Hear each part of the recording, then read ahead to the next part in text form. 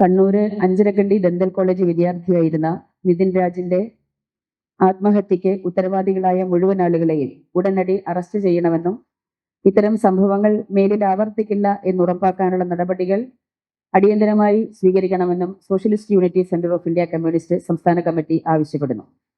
അങ്ങേയറ്റം ഗുരുതരമായ പൗരാവകാശ ലംഘനങ്ങളും ജാതി വിവേചനം പോലുള്ള അപരിഷ്കൃതവും ജനാധിപത്യ വിരുദ്ധവുമായ രീതികളും വിദ്യാർത്ഥികൾക്ക് നേരെ പ്രയോഗിക്കുന്ന മാഫിയകളായി കേരളത്തിലെ സ്വകാര്യ സ്വാശ്രയ വിദ്യാഭ്യാസ മാനേജ്മെന്റുകൾ മാറിയത് ഇക്കാലം വരെ ഭരിച്ചു വന്നിരുന്നവരുടെ തണലിലാണ്.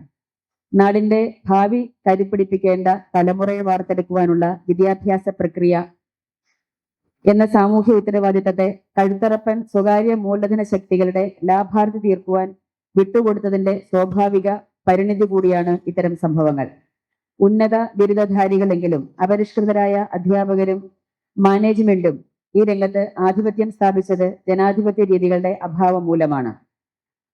ദലിത് പിന്നോക്ക വിഭാഗങ്ങളിൽപ്പെടുന്ന വിദ്യാർത്ഥികൾ ഉന്നത വിദ്യാഭ്യാസ സ്ഥാപനങ്ങളിൽ നേരിടുന്ന ജാതി വിവേചനം പുറത്തു കൊണ്ടുവന്ന ഞെട്ടിപ്പിക്കുന്ന സംഭവമാണ് 2016 നടന്ന ഹൈദരാബാദ് സർവകലാശാലയിലെ രോഹിത് വെമുല എന്ന വിദ്യാർത്ഥിയുടെ ആത്മഹത്യ.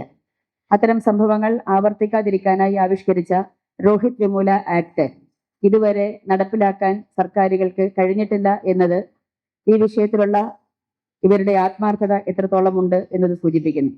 സ്റ്റൈപ്പൻഡും ഗ്രാന്റും യഥാസമയം വിതരണം ചെയ്യാതെ പട്ടികജാതി പട്ടികവർഗ വിദ്യാർത്ഥികളെ കടക്കണിയിലേക്കും അപമാനകരമായ സാഹചര്യത്തിലേക്കും നയിക്കുന്ന രീതികൾ ഉടൻ അവസാനിപ്പിക്കണം. ഇന്റേണൽ മാർക്കുകൾ വിദ്യാർത്ഥികളെ വരുതിക്ക് നിർത്താനും തന്നിഷ്ടം പോലെ നൽകാനുമുള്ളത് എന്ന് കരുതപ്പെടുന്ന അധ്യാപകരെ നിലയ്ക്ക് നിർത്തുകയും സുവ്യക്തവും സുതാര്യവുമായ മാനദണ്ഡങ്ങൾ അതിനായി ഏർപ്പെടുത്തുകയും വേണം.